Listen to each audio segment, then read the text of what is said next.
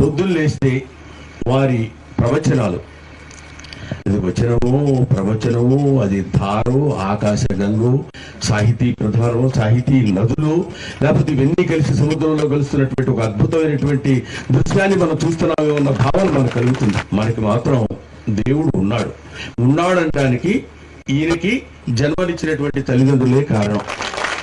ఎంతో మంది ఆయన ఎక్కడ కనపడతాడో చూద్దాం, ఏం మాట్లాడతాడో విందాం, ఆయన ఒకసారి చూస్తే బాగుండు, ఆయన ఒకసారి ముట్టుకుంటే బాగుండు అనేటువంటి ఎన్ని లక్షల కోట్ల మంది ఎదురు చూస్తున్నారో మనకు తెలుసు. అటువంటి వ్యక్తి కాకినాడలో పుట్టడం మన అదృష్టం, కాకినాడలో పెరగడం మన అదృష్టం. వెరసి ఇది ఆంధ్రదేశపు అదృష్టం.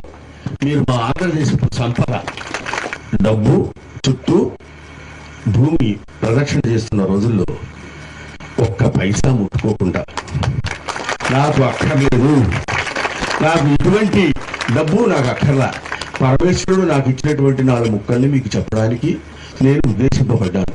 అందువల్ల ఆ పరమేశ్వరుడు యొక్క కార్యక్రమాన్ని నిర్వహించడానికి వచ్చినటువంటి ఒక చిన్న వ్యక్తిని నేను. బాలల సాల నవ పల్లవ కోమల కావ్య కన్యకన్ కోడలకిచ్చి అప్పుడు కూడా భుజించట కన్నా సత్కలు హాలికులేదు. హలం దునుకుని బతికితే ఏమిటి? నాకు వచ్చే జీతంతోనే బతుకుతాను, నా భార్య పిల్లల్ని పోషించుకుంటాను, హాయిగా ఉంటాను. ఎవరన్నా వెళ్ళి అక్కడ కూర్చొని 4 ముక్కలు చెప్తే వింటే ఆనందించి అబ్బా మీ అంతటి వాళ్ళు లేరంటే అదంతా పరమేశ్వర అద్భుతం అనుకుంటారు మీరు. అందుకని బెరపోతాను అనద్దు, అనాలా వద్దా? అదే ఆయన కావాలనుకున్నాడు, అదే ఈయన కావాలనుకున్నాడు. పలికెడితే భాగవతం అంత పలికించేది వాడు రామభద్రుడని పలికిన భావపడుకున్నట్టు ఆయన అంటే నాకు తెలిసిన 4 ముక్కలు చెప్తుంటే ఎంతో ఓపికగా వింటున్నారు అంటాడు ఈయన.